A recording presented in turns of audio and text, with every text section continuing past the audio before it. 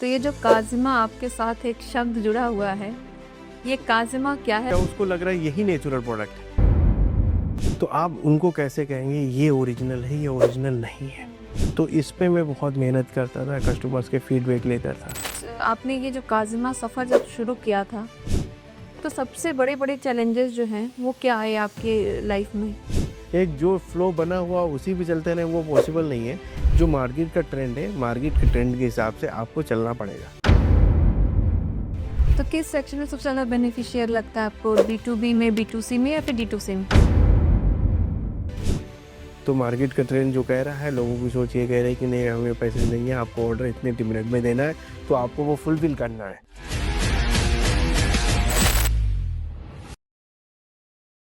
नमस्कार दोस्तों, मैं महिमा सिंह आपकी दोस्त और आपकी होस्ट एक बार फिर से आपके बीच मौजूद हूँ आपका शो टॉक विद फील लेकर। आज हम बात करेंगे एंटरप्रेन्योर्स के बारे में, उन एंटरप्रेन्योर्स के बारे में जो शॉर्टकट पर नहीं प्रोसेस पर भरोसा करते हैं, जो धीरे तो चलते हैं लेकिन रुकना नहीं जानते। ऐसे न जाने कितने एंटरप्रेन्योर्स हैं जो स्टेज पर तो नहीं दिखते लेकिन उनकी कहानियाँ प्रेरणादायक होती हैं। आज हमने एक ऐसे ही एंटरप्रेन्योर को अपने पॉडकास्ट में बुलाया है जो आपको बताएंगे कि पेशेंस के जरिए हम कोई भी काम आसान कर सकते हैं। आज हमारे गेस्ट हैं मोइन खान जी। सर बहुत बहुत स्वागत है आपका हमारे शो टॉक विद फील में। कैसा लग रहा है आपको यहाँ पे आके? थैंक यू सो मच, यहाँ आने का हमें मौका मिला और अपनी जर्नी शेयर करने का, जिसमें हमें काफ़ी चीज़ें एक्सपीरियंस जो हमने सीखा था या जो भी करा था उसके बारे में हम शेयर करते हैं। ठीक है। तो सर सफलता तो सबको दिखाई देती है, लेकिन सफलता के पीछे का वो जो सफर होता है, हम उससे अनजान रह जाते हैं कि सामने वाला इंसान जो इतना सफल है, हम उसकी सफलता की बातें तो करते हैं लेकिन उसके पीछे उनका जो सफर रहा उसके बारे में जिक्र नहीं करते। तो आपका जो ये सफर रहा है वो क्या रहा है? सफ़र है जो स्टार्टिंग में मैंने जो स्टार्ट किया हुआ था, जो ग्राफिक डिज़ाइनर मैंने वर्क स्टार्ट किया था, इसमें काफ़ी सालों तक मैंने ग्राफिक डिज़ाइनर रहा। फिर उसके बाद यूआई डिज़ाइनर रहा। यूआई डिज़ाइनर में मैंने वेबसाइट के लिए बहुत सारा वर्क किया, बहुत टाइम तक वर्क करता रहा।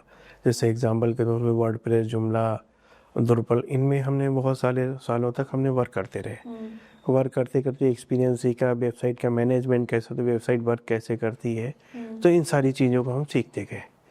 इन चीज़ों को सीखते रहे। फिर उसके बाद मुझे लगा कि मुझे कुछ न्यू चीज़ भी करना है। मेरा कई सारी चीज़ों में इंटरेस्ट भी था कि प्रोडक्ट को लेके, नेचुरल प्रोडक्ट को लेके, लेकिन नेचुरल प्रोडक्ट में जाना है, मुझे नेचुरल प्रोडक्ट करना है। मगर उससे पहले एक्सपीरियंस ये सीखना है कि हमें कैसे डेवलप करना है। एक वेबसाइट अगर कोई चीज़ स्टार्ट करेंगे तो आपके पास ना फंडिंग नहीं, कुछ नहीं है, तो आपको लगता है कि पहले हम सेल्फ जो कर सकते हैं, जो आपका एक्सपीरियंस है, उसको हम कैसे एक्सप्लोर करें। तो वहाँ से वेबसाइट से मुझे लगा ये ईजी वर्क है, इसमें कोई इन्वेस्टमेंट नहीं है, जो हमने सीखा है पहले इसी से स्टार्ट करते। एक वेबसाइट बनाई, वेबसाइट बना के वहाँ पे हमने स्टार्टअप एज ए किया हुआ था। और स्टार्टिंग में जो था वो एक्सपीरियंस हमारा वेब डेवलपमेंट में ही था। अच्छा। वेब डेवलपमेंट में ही मैं करता रहा, काफ़ी सालों तक डेवलपमेंट का ही वर्क रहा था ये चीज़ों में।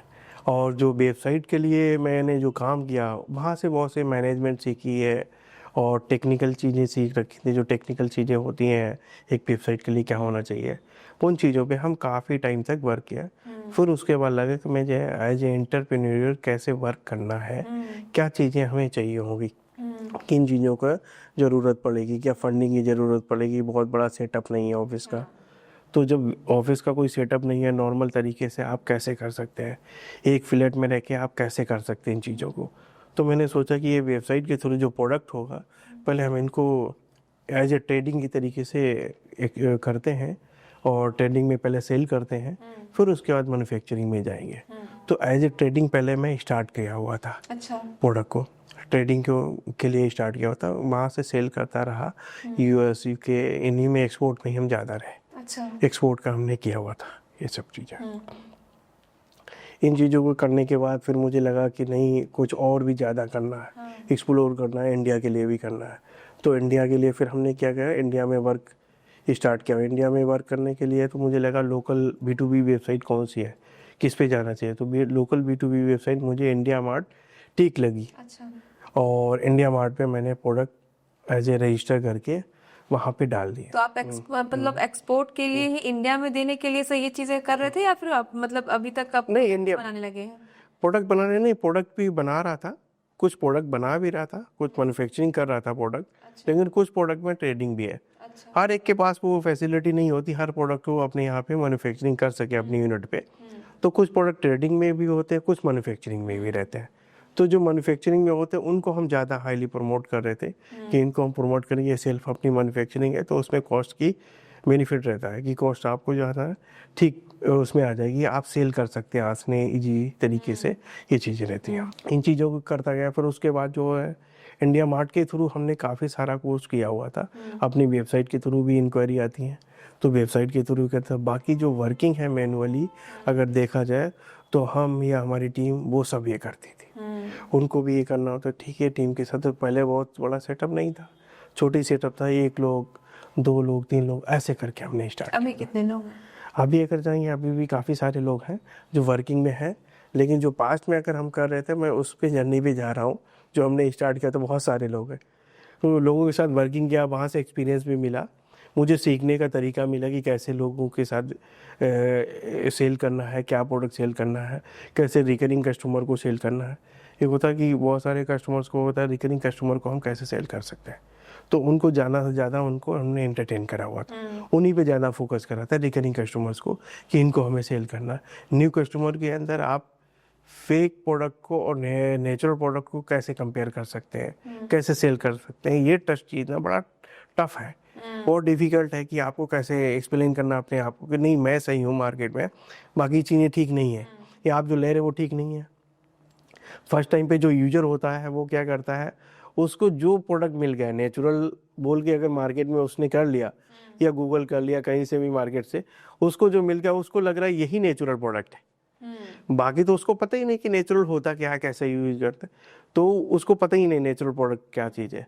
तो वो क्या करता है, उसी को नेचुरल मान लिया। अगली बार अगर कोई नेचुरल मिल भी जाएगा ना, तो उसको लगेगा नहीं जो मैं पहले ले रहा था जिसकी स्मेल ठीक थी वही नेचुरल प्रोडक्ट है, ये तो मुझे ठीक नहीं लग रहा है, ये डुप्लीकेट लग रहा है।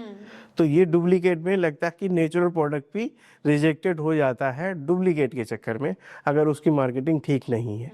या किसी को होता जो सर्च कर रहा होता रिसोर्स, एक रिसोर्स ढूंढना भी होता नेचुरल का, वो सही प्लेस या सही स्थान या इसको बोलते हैं सही कंपनी पे तक नहीं पहुंच पाता है बंदा, तो वो कस्टमर क्या करता है, वो ढूंढता रहता है। जब काफ़ी एक्सपीरियंस के बाद उसको एक्सपीरियंस आता नहीं ये चीज़ें नहीं है, वहाँ पे उसको भी नहीं पता होता, तो उसको वो सीख रहा होता है एक तरीके से।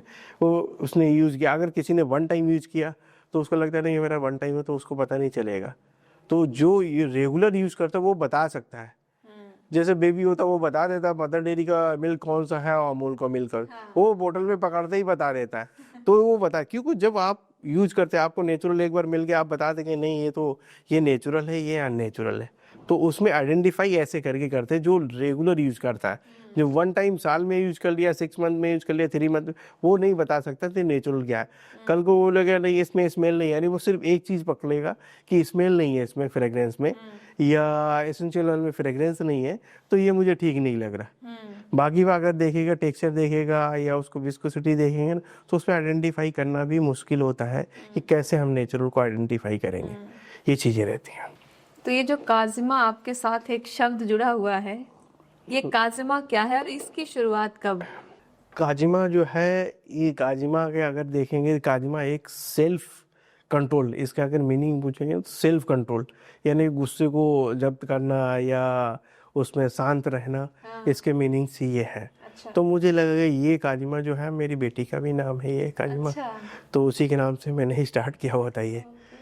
तो इसी स्टार्टअप में जर्नी मैंने स्टार्ट की, तो मुझे कुछ लगा मैंने ठीक है, इतना नहीं सोचा था आगे क्या होगा या पीछे क्या होगा, उसी से मैंने स्टार्ट किया। मैंने ठीक है बेटी का नाम है, इसको रख देते हैं, यहाँ पे काजिमा रख दिया। उसी को ब्रांड को ट्रेडमार्क करके उसको स्टार्टअप मैंने बना दिया था। इतना स्टार्टिंग में होता कि आप नाम क्या रखेंगे, क्या होता है, तो पहले से कोई शेड्यूल नहीं होता है। जो आपको लगता है फैमिली में नेम है तो ये ही हो जाता है, या किसी ने कुछ भी रख लिया, तो पहले वो अपने इंटरनल जो होता है ना अपने घर में ही देखता है ट्रेडमार्क। कोई उसका पहले से बहुत ज़्यादा रिसर्च नहीं करता है कि नहीं मुझे ये नाम रिसर्च करना, ये नाम रिसर्च करना। नाम सेकेंडरी अगर कोई वो करता है ट्रेडमार्क वो ब्रांड, तब जरूर रिसर्च करता कि नहीं मुझे ये चीज़ रिसर्च करना है, इसके मीनिंग्स ये होते हैं, ये कितना होता है मार्केट में, कितना इसका वैल्यू रहेगी या नहीं रहेगी, तो वो बाद में करता। फर्स्ट टाइम पे वो नहीं सोचता है इससे आगे क्या हो रहा है, पीछे क्या हो रहा है। वो इतना ही देखता है कि नहीं जो नाम मिल गया ठीक है, अब इसी को प्रमोट करना है और इसी पे आगे जाना है। जब धीरे धीरे आगे जाते तो लगता है नहीं यार ये तो भाग्य से या किस्मत से हम जा रहे हैं, लगता है। फिर वो लगने लगता है ना, एक ह्यूमन टच भी होता है कि नहीं हम भाग्य से ही जा रहे हैं, शायद यही हो सकता है। तो उसी जर्नी में मैं आगे तक पढ़ाता था। इसको करीब एक डिकेड हो गया है। अच्छा। हाँ, तो इसमें काफ़ी टाइम हो गया है। हम काफ़ी टाइम B2B से ही कर रहे थे। ये जो B2B में करते, B2B में ही करता रहा मैं काफ़ी टाइम। फिर मुझे लगा नहीं मार्केट में एक्सप्लोर करना है, इंडिया तक अपनी रीच पहुंचाना है। इंडिया में रीच रहेगी तो कैसे दिखेगा प्रोडक्ट, तो उसको रीच करने के लिए तो मैंने D2C पे भी वर्क करना स्टार्ट किया। तो D2C पे भी वर्क करता हूँ और B2B वर्क। D2C में जैसे ये हो गया अमेजन हो गया, फ्लिपकार्ट हो गया, कोई कॉमर्स हो गया, बहुत सारे। तो कोई कॉमर्स रिसेंटली अभी आया, उससे पहले क्या अमेजन फ्लिपकार्ट ही होता था।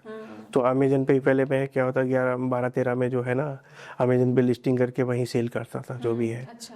तो वहाँ से क्या यहाँ से रीच हमें काफ़ी मिली है D2C में, जो D2C में मैं करता रहा ये चीज़। और B2B में ऑलरेडी हम कर ही रहे थे, जिस फ्लो में हम कर रहे थे उसी फ्लो में धीरे धीरे करते जा रहे थे। हमारे पास डायरेक्ट इंक्वायरी भी आती थी या कोई बाहर से होता है, इंडिया मार्ट के थ्रू भी आ रहा होता है।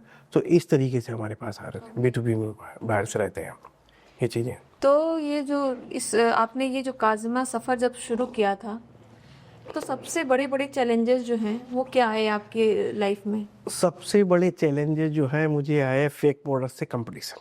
अच्छा।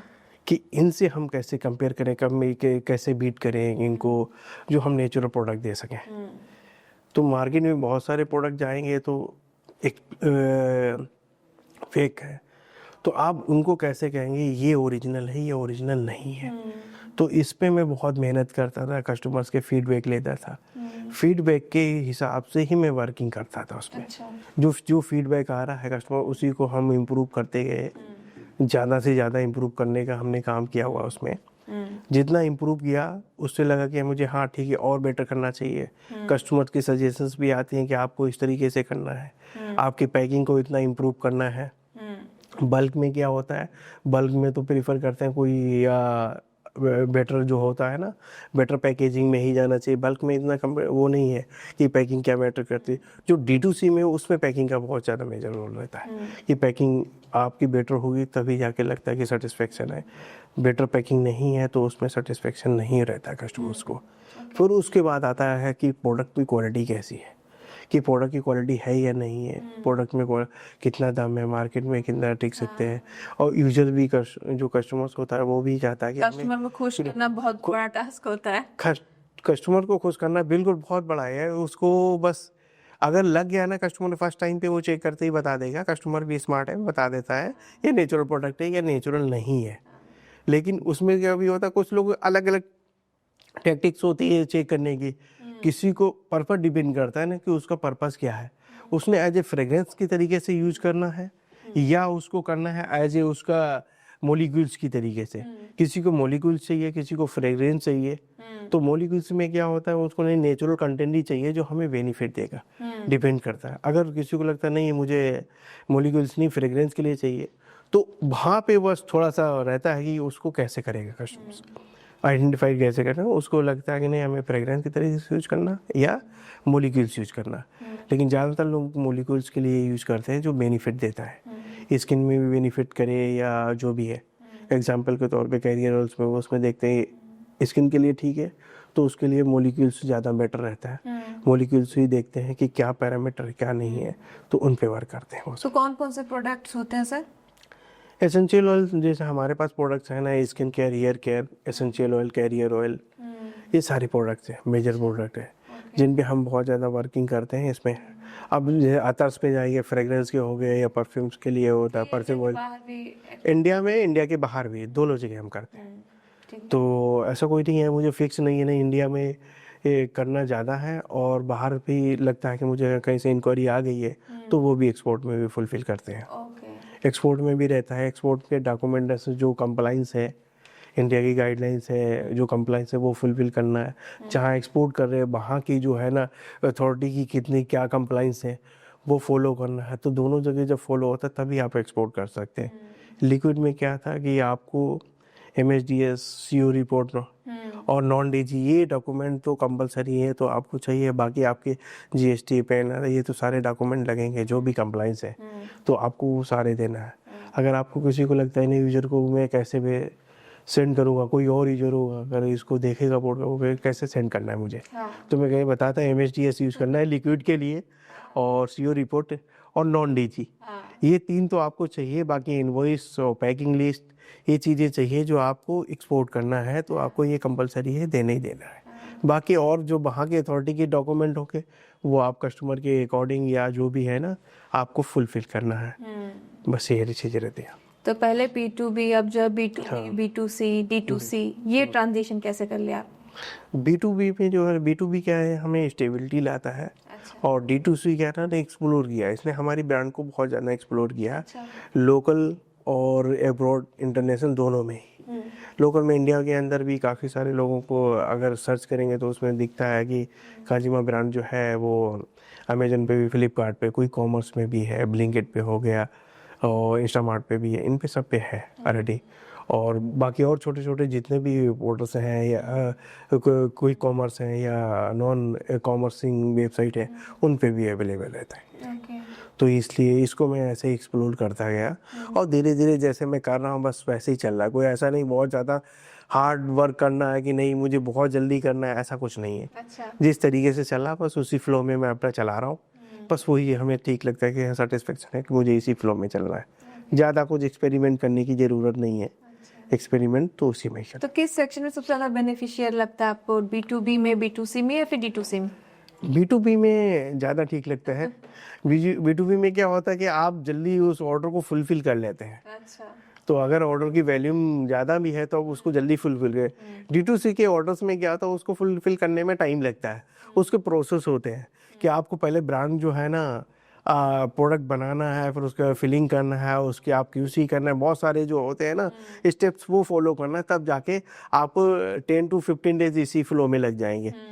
आपको 10-15 दिन तो इस फ्लो में लगेंगे आपको कि इस जाना है छोटी पैकिंग में 50 ml 100 ml में। अगर क्वांटिटी ज़्यादा है तब भी आपको जो इस फ्लो में तो जाके इतना टाइम लगता ही है।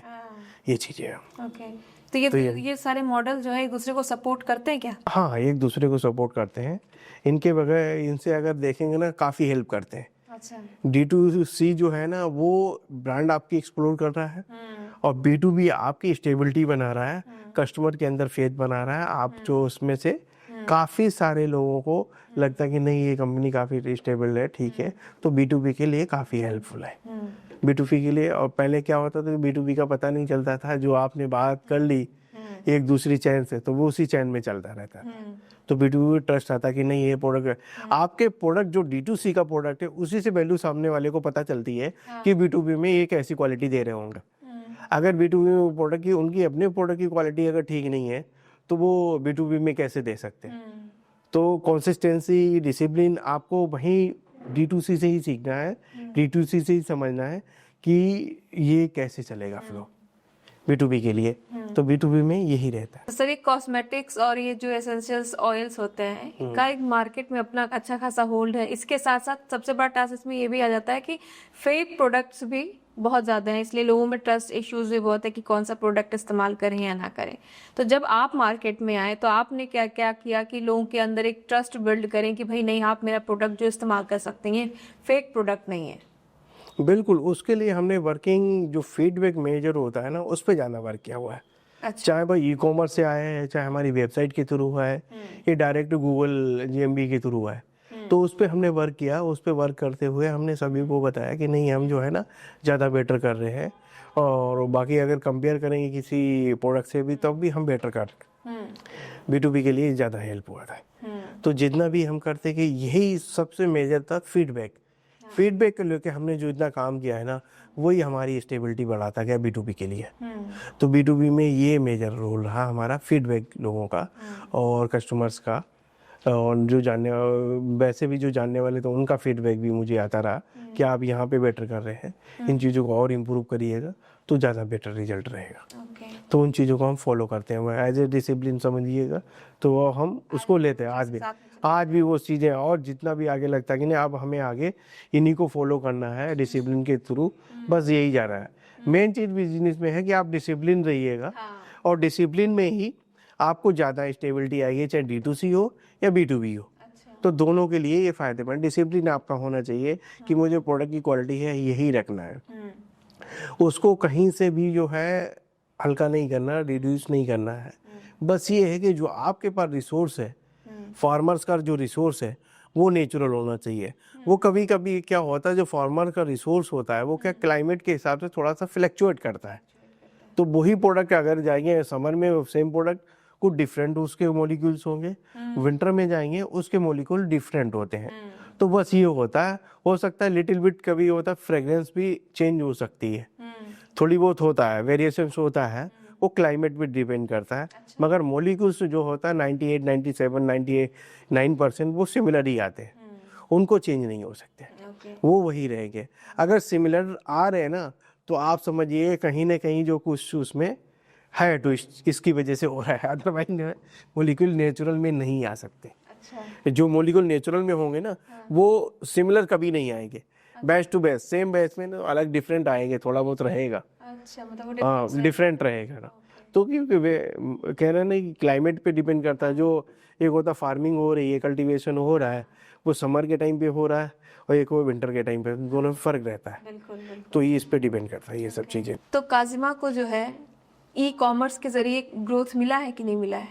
ये काजिमा में ई कॉमर्स के थ्रू तो ग्रोथ है, हाँ। काफ़ी सारा है। उस चीज़ में हमने जो बहुत ज़्यादा एक्सपेंड किया, टाइम भी दिया हुआ है, एक्सपेंड भी किया ई कॉमर्स में। ई कॉमर्स के थ्रू जो ग्रोथ है अगर देखा जाए ना, अभी हमने डिस्ट्रीब्यूटर चैनल पे हम नहीं गए, अच्छा। जितना भी कर रहे ई कॉमर्स के थ्रू। ई कॉमर्स रिसेंटली अभी स्टार्ट किया हुआ है मैंने, क्विक कॉमर्स, इस पे हम फोकस कर रहे हैं। अच्छा। मेजर फोकस हमारा है क्विक कॉमर्स और ई कॉमर्स पे ही है। अच्छा। तो इन्हीं पे हम एक्सप्लोर कर रहे हैं, इंडिया के अंदर जितना भी है वो सब है उसी से। हाँ उसी पे। क्विक कॉमर्स में कब जा रहे हैं सर? क्विक कॉमर्स में ऑलरेडी हमें क्विक कॉमर्स में आ गए, लॉन्चिंग है हमारी रिसेंटली क्विक कॉमर्स में है। ब्लिंकिट पे अगर देखेंगे या स्मार्ट बेस पे ना ऑलरेडी प्रोडक्ट है, तो इस पे हम वर्क कर रहे हैं और रेगुलर वर्क करते जा रहे हैं। क्विक कॉमर्स में हमें ज़्यादा एक्सपेंड करना है तो लोगों तक ज़्यादा से ज़्यादा पहुंच सके इजीली वे में। क्या होता है या क्विक कॉमर्स में क्या 10 to 15 मिनट, अब 10 मिनट का तो नहीं रहा टाइम, 15 या 20 या 30 मिनट में वो सामने वाले रिसीव हो जाता है कस्टमर्स को, इतना वेट नहीं करना पड़ता है। 3 दिन 4 दिन 5 दिन लगेंगे, ई कॉमर्स में क्या 3 4 5 दिन लग जाते हैं नॉर्मली। क्यों फ्लो ऐसे होता है जैसे आज यहाँ से ऑर्डर आया, डिस्पैच हुआ, फिर नेक्स्ट डे हब में जाएगा, हब से फिर वो इन ट्रांजिट होगा, तो वही रोड के थ्रू तो ये इंटरनेट, तो इसमें टाइम लगता है 4 से 5। दिल्ली NCR है तो तीसरे दिन हो जाता है, अगर कहीं बाहर है तो उसमें 4 से 5 दिन लग जाते हैं। 5 से 6 दिन ज़्यादा भी हो सकता है। कभी होता है कि वहाँ उस एरिया में वेदर ठीक नहीं है, तो वेदर ठीक नहीं है, कुछ प्रॉब्लम्स है उसमें, तो 1-2 दिन वहाँ पे डिले हो जाता है। तो कस्टमर को लगता है नहीं यहाँ से तो काफ़ी लेट हो रहा है, तो यहाँ पे ये फैसिलिटी नहीं है। तो अब क्विक कॉमर्स में हम कर रहे हैं कि इसलिए ईजिली आसानी से उस एरिया में पहुँच सके। आज 30-40 मिनट में जो भी है, जितना भी टाइम है क्विक कॉमर्स का, उसके हिसाब से वो डिलीवर कर। क्या सोच रही, मतलब जब आप क्विक कॉमर्स में एंटर किया आपने, तो क्या सोचा कि आपने? जो इंडिया में मार्केट बढ़ रही है क्विक कॉमर्स की, मैं देख रहा था, जो मैं देख रहा हूँ, तो उस हाँ जो मिनट्स वाला की जल्दी हो रहा और लोगों का ये मन में भी हो गया ना, अब उनकी यही थिंकिंग हो गई कि नहीं अब इतना पैसा नहीं रहा।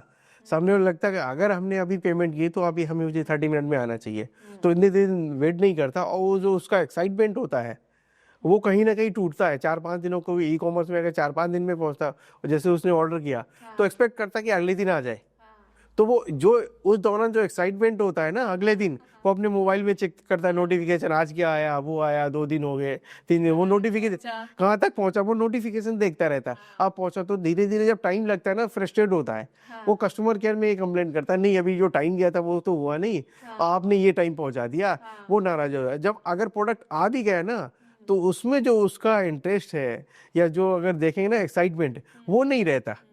और इसमें मैं देखता हूँ कोई कॉमर्स में जैसे उसने परचेज है, वो तो एक्साइटमेंट रहता है, कब मैं उसको बॉक्स को ओपन करूँ, उसको यूज करूँ। आते ही उसको यूज़ करना स्टार्ट कर देगा। कॉस्मेटिक में हुआ या कोई भी चीज़ हुआ एग्जाम्पल में, तो वो उसको स्टार्ट कर देता है कि नहीं, वो एक्साइटमेंट ऑर्डर के साथ सामने वाले कस्टमर का एक्साइटमेंट भी होता है उसमें। ये नहीं कह सकते कि नहीं ये इसने ऑर्डर किया है, उसका एक्साइटमेंट भी होता है, मुझे जल्दी है इस तरह, या कहीं उसको पार्टी में जाना है या कहीं जाना है, ज्यादा उसने समय लग जाता है तो एक्साइटमेंट भी खत्म हो जाता है। खत्म, वही होता है। एक्साइटमेंट जब खत्म हो गया तो समझो आपकी वो 10-15% वैल्यू भी प्रोडक्ट की खत्म हो गई। तो इसलिए क्विक कॉमर्स में आप आना इसलिए ज़रूरी है। आप कोई भी खाने के लिए फूड करता है ऑर्डर, उससे 30 मिनट में आ जाएगा, नहीं आया 40 मिनट पे, उसका कॉल या कस्टमर केयर में बात करना, अरे इतने लोग आए हुए थे, अब क्या करें, कैसे उसको हैंडल करें। तो जो एक्साइटमेंट होता है ना, वो उस दौरान का 30 मिनट का जो टाइम ड्यूरेशन होता है, वो एक्साइटमेंट ही अलग होता है कस्टमर का। उसमें अगर पहुंच गया तो आपका प्रोडक्ट जो है ना, खोलते ही आपको बहुत अच्छी रेटिंग देता है। बढ़ जाती है, लोग और चाहेंगे कि यही प्रोडक्ट जल्दी आ जाता है, जल्दी टाइम पे आता है। टाइम भी आता है, फिर लगता है नहीं अभी जो है ना, अभी ऑर्डर किया मैंने, आ जा रहा है, फिर वो लगेगा ठीक है, किसी और को देगा ठीक है, मेरे लिए भी ऑर्डर कर दिया। अब उसको बोले आप ऑर्डर कर लो, अब ये 10 मिनट में आ रहा है या 15 मिनट में आ रहा है, तो ये 10-15 मिनट में अगर लगता है 2 किलोमीटर 3 किलोमीटर है तो जल्दी आ जाएगा। कभी अगर ज़्यादा 5-7 किलोमीटर तो उतना टाइम लग जाता है इसमें। तो जो एक्साइटमेंट की कस्टमर की बात कर रहा हूँ ना, वो मेजर में रोल करती है प्रोडक्ट के लिए। अगर उसका लगता है कि ऑर्डर की एक्साइटमेंट है तो वो ज़रूर उसको यूज करेगा और अच्छी तरीके अच्छे इंटेंशन से यूज करता है। फिर वो अगर उसको कोई दिक्कत है वो अपना फीडबैक दे सकता है या जो भी है।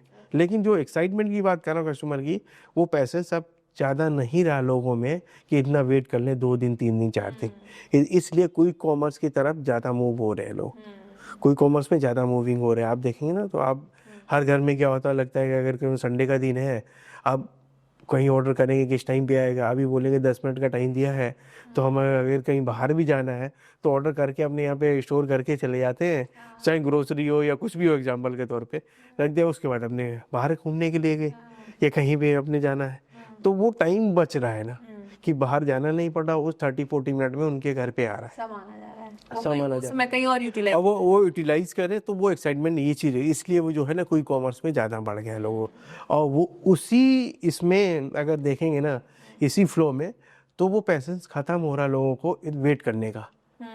ई कॉमर्स में अगर ऑर्डर करते 3-4 दिन हो जाते तो वो फ्रस्ट्रेट होना इसलिए स्टार्ट होता है कि वो पैसेंस नहीं रहा है इतना टाइम तक कि कैसे करेंगे, तो वो पैसेंस पे डिपेंड करता है। तो इसलिए आप कोई कॉमर्स मजबूरी होगा या जो भी होगा ना, लोगों को जाना ही जाना है, बिना कोई कॉमर्स के आप एक्सपेंड नहीं कर सकते, मार्केटिंग उतनी अच्छी नहीं उतनी है। हाँ, तो कोई कॉमर्स में अगर मार्केटिंग अच्छा करना है तो कोई कॉमर्स में जाना ही जाना है। हाँ, क्योंकि आप सामने जो मार्केट का ट्रेंड है उसके हिसाब से चलना है। आप सोचेंगे नहीं मुझे अपना एक जो फ्लो बना हुआ उसी पे चलते हैं, वो पॉसिबल नहीं है। जो मार्केट का ट्रेंड है, मार्केट के ट्रेंड के हिसाब से आपको चलना पड़ेगा। तो मार्केट का ट्रेंड जो कह रहा है, लोगों की सोच ये कह रही है कि नहीं हमें पैसे नहीं है, आपको ऑर्डर इतने मिनट में देना है, तो आपको वो फुलफिल करना है।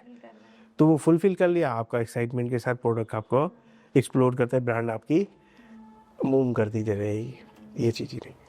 तो सर ये तो हो गई प्रोडक्ट की बात। अब हम काजिमा के परिवार पे आते हैं। ये जो आपका काजिमा का परिवार है और आपकी पूरी टीम है, आपका ऑफिस कल्चर कैसा है? क्योंकि आप एक टीम के लीडर हैं, तो लीडरशिप आपके हिसाब से क्या होती है? काजिमा के जो अगर देखेंगे परिवार और ये वर्किंग में, तो हम अपनी टीम मेंबर्स को कभी ये नहीं लगने देते कि नहीं हम बिल्कुल डिफरेंट कर रहे हैं, जो एकदम डिक्टेटरशिप दिखा रहे हैं, ऐसा नहीं। उनके साथ बहुत पोलाइट बिहेवियर रहता है हमारा, और बहुत सारे लोग अलग अलग डिफरेंट तरीके से वर्क करते हैं। कोई हो सकता है आपके लिए ज़्यादा भी करता है, कोई कम भी करता है। तो अगर आप उस फ्लो में देखेंगे ना, नहीं ज़्यादा कर रहा है, ये कम कर रहा है, तो हर एक इंसान को अलग अलग ही दे रही है। कुछ लोग बहुत क्लोज हो जाते हैं, बहुत करीबी हो जाते हैं, क्योंकि उन्होंने दिन रात दी होती है, उनकी मेहनत लग रही होती है। जब दिन रात देते हैं तो उनको सामने जब सारे लोग होते हैं तो इस पे ये नहीं बोलना पड़ता है कि इन्होंने दिन रात दिया हमारे लिए और इन्होंने 8 घंटे दिए। तो वो आपके दिल में होता है कि नहीं इन्होंने हमारे लिए काम किया हुआ है, अच्छा काम किया हुआ, लेकिन उन्हें जो है ना कभी ये भी बोलना पड़ता है कि नहीं आप हमारे लिए अच्छा काम करें, बेटर काम करें, आपसे ज़्यादा कोई क्लोज नहीं है। बहुत सारे हर एक का अलग अलग नेचर रहता है, डिफरेंट नेचर के होते हैं ना। कुछ लोग आते हैं अपना आए, टिफ़िन खोला, खाया पिया और चले गए। उन्होंने अपना देखा कि मुझे 8 घंटे निपटाना है या निकालना है, तो वो ऐसे निकाल लेते हैं। तो उनका इंटरेस्ट नहीं होता है। जहाँ आप जा रहे हो, कहीं जा रहे हो, कोई आपको पैसा दे तो आपका ईमानदारी से हक बनता है कि आप उसको वो चीज़ इतने एफर्ट दें और वहाँ पे वो चीज़ सीखें। जितना आप सीखेंगे आपके लिए काम में आएगा। अगर कोई आपको बोलेगा दूसरा आपको कि आप ही के साथ रहेगा, वो कोई नहीं ले लेगा, ना मैं ले लूँगा ना कोई दूसरा ले लेगा। जितना आप सीखेंगे, जो आपने टाइम दिया वो आपको सीखने के लिए है। अगर आप सोचेंगे नहीं मुझे आके यहाँ पे टिफ़िन खोल के खाना है और फिर चले जाना है, लंच करना है, फिर जो होगा आएंगे सर या जो भी मैम, तो उनको बोल देंगे नहीं ये काम कर रहा था, ये कर रही थी, वो ऐसे चल जाएगा। तो ऐसे अगर आप सोचेंगे तो आप आगे अपने आप को नहीं बढ़ा पाएंगे कभी भी। आप ये सोच के चलें कि हमें अपने आप को आगे बढ़ाना है, अपने आप को आगे करना है, अपने आप को बढ़ाना है, और उसमें ही आपको रिस्पॉन्सिबिलिटी, जिम्मेदारियाँ मिलती हैं। क्योंकि जब आप अच्छा करते हैं तो आपके पास जिम्मेदारियाँ आएंगी, उनको आपको अच्छे से करना है। अगर वो आपने कर लिया, वो मैंने सारा सीख लिया, वो आपके काम में आएगा, एक ना एक दिन आपके काम में आएगा, पर्सनल भी और प्रोफेशनल भी। मुझे जो लगता है पर्सनल पर दोनों में काम में आता है, तो चीज़ें सीखने को मिलती है। पर्सनल कुछ लोग होते हैं उस चीज़ से बचना चाहते हैं कि नहीं मुझे ये चीज़ नहीं, ये नहीं चाहिए, ये दे दिया टास्क, का मुझे 1 घंटा और रुकना पड़ेगा, या नहीं होगा तो अगर कहीं घर से भी कॉल करके मुझे बताना पड़ेगा या क्लाइंट को समझाना पड़ेगा 8 बजे 9 बजे 10 बजे कि ऐसे चीज़ें हैं। तो वहाँ पे अगर जिसने ये टाइम को ना सोच के अपने कंपनी के हिसाब से वर्क करता रहा, तो आगे अगले कुछ टाइम के बाद वो भी एक दिन कभी कंपनी खोल के ही बैठेगा। अच्छा। ये चीज़ है। और जिसने ये सोच लिया मैंने टिफ़िन खोलना है, लंच करना है और जाना है, तो वो वही काम करेगा। बहुत सारे लोग देखेंगे जो होता है, वह अपना लंच बॉक्स खोला और किया और कई सालों तक ये करते रहते हैं। तो वो कभी करियर नहीं बना पाते, अपने आप का करियर नहीं बना पाएंगे। उनको लगेगा ठीक है, फिर अगर कोई पूछेगा घर से भी प्रेशर होगा, बोलेगा नहीं फंडिंग नहीं, मैं कैसे करता। अरे कुछ सीखा ही नहीं तो करते कैसे? जब सीखोगे तभी कर पाओगे। हर चीज़ के लिए फंडिंग नहीं। या मतलब आपके पास बिल्कुल, मैंने भी किया। कोई फंडिंग नहीं थी, कोई बड़ा स्टार्टअप नहीं था, कोई बहुत बड़ा नेम नहीं था, कुछ नहीं था, सिंपल तरीके से किया। जो हमने किया स्टार्टिंग में ही किया और अपनी मेहनत से किया। जितना भी मैंने सीखा, जिस कंपनी में सीखा, सिर्फ काम सीखने के लिए काम किया और ज़्यादा से ज़्यादा काम मांगा कि मुझे काम करना है, क्योंकि वो चीज़ सीखने को मिली। जितना काम मांगेंगे, जितना जल्दी करेंगे तो आपको सीखने को मिलेगा। एक होता रिस्पॉन्सिबिलिटी किसी ने दे दी और एक रिस्पॉन्सिबिलिटी आपने ले ली। अगर रिस्पॉन्सिबिलिटी ले ली तो आपके अंदर वो सीखने की चीज़ें हैं, वो करने की चीज़ें हैं, तो आप कर सकते हैं। ये वो किसी ने दे दी रिस्पॉन्सिबिलिटी, आपको लगता है नहीं इन्होंने दे दी है, अब उससे कैसे बचना है, कैसे निकलना है, तो वो आप कभी कुछ आगे नहीं बढ़ पाएंगे। आगे बढ़ना है तो आपको रिस्पॉन्सिबिलिटी जो लेना चाहिए, आप फिर थोपी नहीं जाए, आपको लेना चाहिए कि रिस्पॉन्सिबिलिटी ठीक है। और खुद से अच्छा, रिस्पॉन्सिबिलिटी लेंगे तो उसमें हम ज्यादा डेडिकेशन से मुझे लगता है काम नहीं कर पाएंगे। बिल्कुल, जितना रिस्पॉन्सिबिलिटी आप घर में देख लीजिए, उस फैमिली में होता है ना, किसी को रिस्पॉन्सिबिलिटी मिल जाती है, किसी पे थोपी जाती है। तो जिन पे थोपी जाती है वो इरिटेट ही रहते हैं, परेशान रहेंगे, नहीं मुझे कैसे करना है। जो लेते हैं वो उसको बखूबी निभाते हैं और उन पे कॉन्फिडेंस भी होता है, फैमिली का भी, कि फादर मदर का भी, नहीं ये बच्चा हमारा ठीक करेगा, ये कर लेगा, ऐसे कॉन्फिडेंस और उसके भरोसे सब होया। फिर बाद में क्या होता है, वही फ्लो क्या होता है, ऐसे कंपनी में होता है। जिसने कर ली, अब वो चाहे परेशान कुछ भी, वो रिस्पॉन्सिबिलिटी पूरी निभाता है, पूरी संभालता है उस चीज़ को। एक होता है ना कंपनी को संभाल भी रहा होता है, वो पूरी रिस्पॉन्सिबिलिटी ईमानदारी से करता है। उसमें बस आपको ये ढूंढना है कि कौन ईमानदार है कौन नहीं है। जितने लोगों को करना चाहिए बाखूबी ईमानदारी से करना चाहिए। अगर उसमें से कोई गलत कर गया ना, तो फिर वो आपको हर्ट करता है, अपना नुकसान कर रहा है, आपको भी हर्ट करेगा। एज ए फैमिली में होता है, जो जिसको रिस्पॉन्सिबिलिटी मिली, अगर उसने कुछ गड़बड़ कर दिया तो समझो वो फैमिली का ट्रस्ट टूट जाता है कि नहीं इसको बहुत कुछ सोच के मैंने इसको रिस्पॉन्सिबिलिटी दी थी, इसने क्या कर दिया, आप क्या करें। अब वही होता है ना, इंसान खामोश रहता है, नहीं कह सकते। ऐसे कंपनी का फ्लो होता है। तभी तो कहते हैं प्रोफेशनल पर्सनल दोनों चीज़ें मिक्स हो जाती हैं इसमें। अगर देखा जितना आप काम करते हैं, दोनों चीज़ों का एक्सपीरियंस होता है, प्रोफेशनल भी और पर्सनल भी। एक फैमिली की तरीके से आपकी कंपनी भी होती है, एक फैमिली की तरीके से आपकी फैमिली परिवार भी है। तो जैसे ही उसमें फ्लो होता है, बस 95% मुझे लगता है सिमिलरिटी वही होती है, पर रोल अलग अलग होता है। आपको रोल करना, आपको लगता है कि ये रोल हमें ज़्यादा बेटर करना है, तो आप पे बिल्कुल।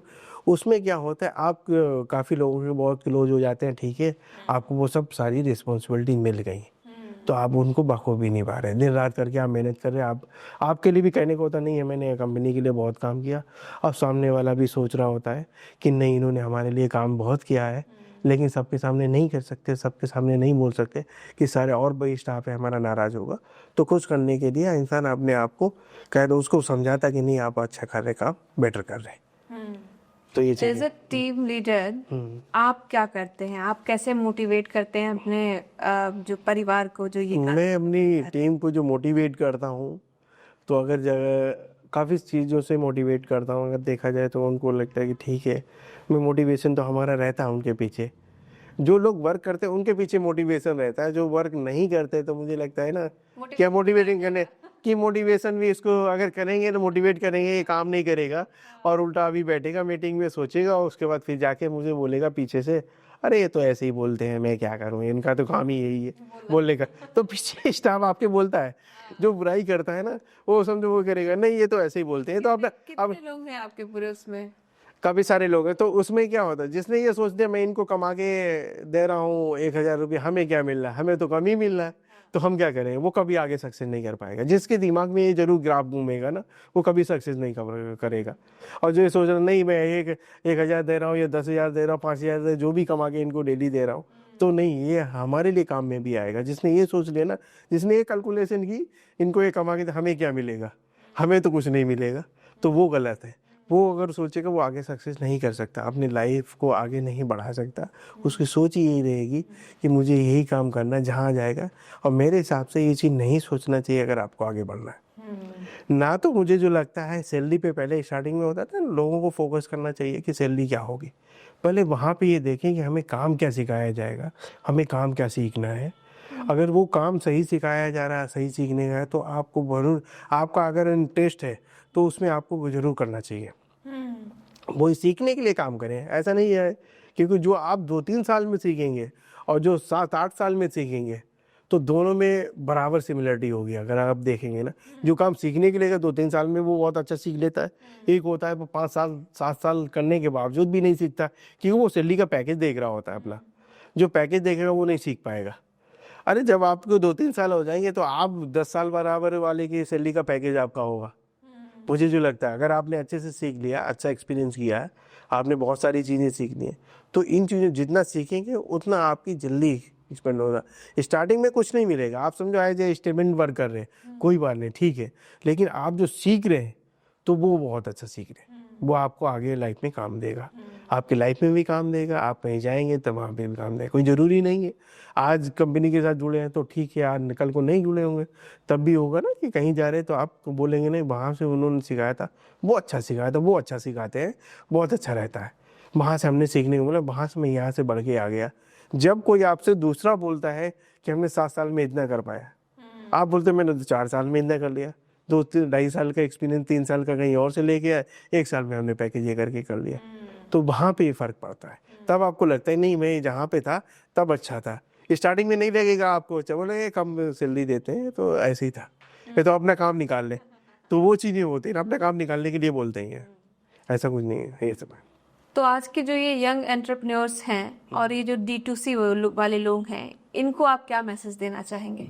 इनको हमारा मैसेज यही रहेगा कि जो आपका एक्सपीरियंस है, कम से कम अगर आप एंटरप्रेन्योर स्टार्ट करना चाहते हैं एज ए स्टार्टअप, आपको मैनेजमेंट तो सीखना है, वर्किंग स्टाइल सीखना है। आपको पहले तो अपने आप को 8 से 10 घंटे चेयर पे बैठने की हैबिट होना चाहिए। अच्छा।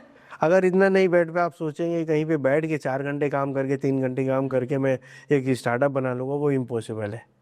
सबसे पहले मेरी एडवाइस तो ये है कि आप 2-3 साल का, आपको कम से कम 2-3 साल का एक्सपीरियंस होना चाहिए, जिसमें 8 से 10 घंटे आप चेयर पे बैठ सकें। जब आप चेयर पे नहीं बैठ सकते, आप किसी वर्किंग स्टेशन पे नहीं बैठ सकते वर्क करने के लिए कॉन्टीन्यूसली डिसिप्लिन, तो आप सोचेंगे हम स्टार्टअप कर लेंगे तो आप कुछ नहीं कर पाएंगे। फैमिली को बोलेंगे स्टार्टअप किया लेकिन फेल हो गए, तो आपका फेलियर ज़्यादा रहेगा, सक्सेस नहीं रहेगी। सक्सेस के लिए आप सोचना भी मत। अगर आप 8 से 10 घंटे 12 घंटे नहीं बैठ सकते तो सक्सेस नहीं रहेगी। अच्छा। मुझे जो लगता है तो मतलब कि बैठना सीखना है। बैठना सीखना है। भी चलो तो ना, जब फर्स्ट टाइम पे कोई एम्प्लॉई आता है वो उसको बैठा दो, 1 घंटे में वो उबने लगता है कि वो बैठे कैसे। फ्रेशर हो तो बैठने का उसको पता ही नहीं है, मैं 1 घंटे 2 घंटे बैठूंगा कैसे। वो वॉशरूम जा रहा होता, आ रहा होता, वो उसको लगता है अब बैठ, क्योंकि वो हैबिट ही नहीं है तो बैठे कैसे। पहले तो बैठना सीखना है कि वो 8 घंटे चेयर पे एक लैपटॉप या कंप्यूटर के सामने हमें कितने कैसे बैठना है, वो टाइम कैसे एक्सपेंड करना है, पहले तो ये आना चाहिए। पहले तो यही लग जाता है 1-2 हफ्ते में तो बैठने की हैबिट जो फ्रेशर होता है उसको 8-10 घंटे तो उसको डांट के बिठाना पड़ता कि आप बैठो, स्क्रीन देखना है। स्क्रीन भी नहीं देखता है कि कुछ नहीं करना, स्क्रीन ही देखो आप, तब भी वो कुछ नहीं कर पाए। तो बैठने की हैबिट नहीं है तब तक आप नहीं कर सकते। बहुत सारे कहीं से भी आप पढ़ के आ जाएं, कुछ भी कर ले, लेकिन आप सोचेंगे मैं ऐसा इम्प्लीमेंट कर दूंगा, वो पेपर पे इम्प्लीमेंट होगा आपका, मगर आपको जमीन पे जिसको बोलेंगे ना वो नहीं कर पाएंगे। आपको खुद जब तक आप 8 से 10 घंटे, पहले 8 घंटे डालो, 10 घंटे, 12 घंटे, जिस दिन 12 घंटे कर लिया उस दिन आप एंटरप्रेन्योर चला लेंगे। आप 8 घंटे में सोचेंगे चला लेना, वो इम्पॉसिबल है। अपने आप को ही 2 घंटे संभालने में लग जाएगा, बाकी चीजें करना मुश्किल है। तो सर अंत में मैं कुछ सवाल आपसे करूंगी, आपको एक शब्दों में जवाब देना है। तो पहला है कि एंटरप्रेन्योरशिप एक शब्द में अगर आपको बताना हो तो क्या होगा? एंटरप्रेन्योरशिप अगर इसमें एक शब्द में बोलेंगे सब्र। आपको सब्र रखना है, अच्छा, तभी आपको आगे बढ़ना है। ये सोचिए एक दिन में कोई रॉकेट नहीं है कि आपने आज चला दिया कल आपका सही लॉन्च हो जाएगा, ऐसा नहीं है। ओके। और काजिमा का फ्यूचर? काजिमा का फ्यूचर जिस फ्लो में चल रहा हूँ, आगे फ्यूचर का कभी हम मान के नहीं चलते क्या होगा, लेकिन ये जरूर लेके चलते हैं कि जो फ्यूचर होगा हमें बेटर करना है। जितना हम मेहनत करेंगे, जितना बेटर करेंगे उतना बेटर होगा। किसी को लाइफ का भी नहीं पता है कब क्या होगा, लेकिन ये जरूर है फ्यूचर को हम लेके ये मान के चलते हैं कि जितना हम बेटर करेंगे उतना एक्सपेंडिंग होगा। वो टीम से कोई ना कोई या कभी ना कभी ये सब चीज़ें आगे बढ़ती चली जाएंगी। अगर वो चीज़ ब्रांड बनी है, वो चीज़ बना है, सब चीज़ें, वो चीज़ चाहे हम रहें या ना रहें, मगर वो चीज़ें बढ़ती चली जाएंगी। ये फ्यूचर है, लेकिन ये अभी नहीं फिक्स है। आगे मैंने ये फिक्स कर रखा, जो फिक्स होता है वो पेपर पे फिक्स है, जो ऊपर वाले ने लिखा और जो आप कर रहे हैं, बस इन्हीं दोनों में। आप लिखते कुछ और है, ऊपर वाले ने सोच रखा ये वो होता है, तो वही होता है जो ऊपर वाले का डिसिप्लिन बना हुआ है, नेचर का बना हुआ कि आप इस नेचर में जाएंगे तो आपको वही जाना है। आप कितना भी हाथ पैर मार लें, कुछ नहीं होता है। आप बोलेंगे मैंने इतना बहुत बड़ा स्टार्टअप बना लिया या ये सब कर लिया, ये कुछ नहीं। आप कर रहे हैं तो वो सब हो रहा, ऊपर वाले को एक्सेप्टेड है। जिस दिन एक्सेप्टेड नहीं होगा तो आप जो है ना डाउनफॉल आने लगेगा। ये चीज़ें हैं। Thank you so much sir हमारे शो में आने के लिए, और आपने एंटरप्रेन्योरशिप पे इतनी अच्छी बातें बताई, प्लस कि कोई एक इंसान जो है छोटे से शुरू करके यहाँ तक कैसे पहुँच सकता है, एक बड़े स्केल पे कैसे पहुँच सकता है। थैंक यू सो मच हमारे शो में आने के लिए। कुछ और लास्ट मैसेज जो आप ऑडियंस को देना चाहें? Thank you ma'am. अपनी ऑडियंस को मैं यही देना चाहता हूँ कि आप अपने डिसिप्लिन बना के रखें, और जो वर्क आप कर सकते हैं, जिसमें आपका इंटरेस्ट है, तो वर्क आप कर सकते हैं, जिसमें आपका इंटरेस्ट है वही वर्क करें। कोई न्यू एक्सपेरिमेंट ना करें जिसमें आपका टाइम जो है ख़राब। आप अपने टाइम बहुत कीमती है, तो आप अपने टाइम के हिसाब से जो बेटर हो सकता है, जिसमें आपका कमांड है, वो आप बेटर करें। वही हमारी तरफ से ही रहेगा। तो दोस्तों आप मोइन खान जी को सुन रहे थे, जिन्होंने बताया कि एंटरप्रेन्योरशिप जो है कोई बहुत बड़ी चीज नहीं है, उसके लिए सिर्फ डेडिकेशन और पेशेंस चाहिए। इन दोनों चीजों के दम पे आप एक बहुत ही बेहतरीन एंटरप्रेन्योर बन सकते हैं। प्लस आपने ये भी जाना कि काजिमा इसका सफर कैसा रहा, कैसे उन्होंने ग्राउंड से शुरू करके इसको एक आसमान तक पहुंचाया है। हम फिर किसी और मेहमान के साथ आपसे रूबरू होंगे, तब तक के लिए मुझे इजाजत दीजिए। शुक्रिया।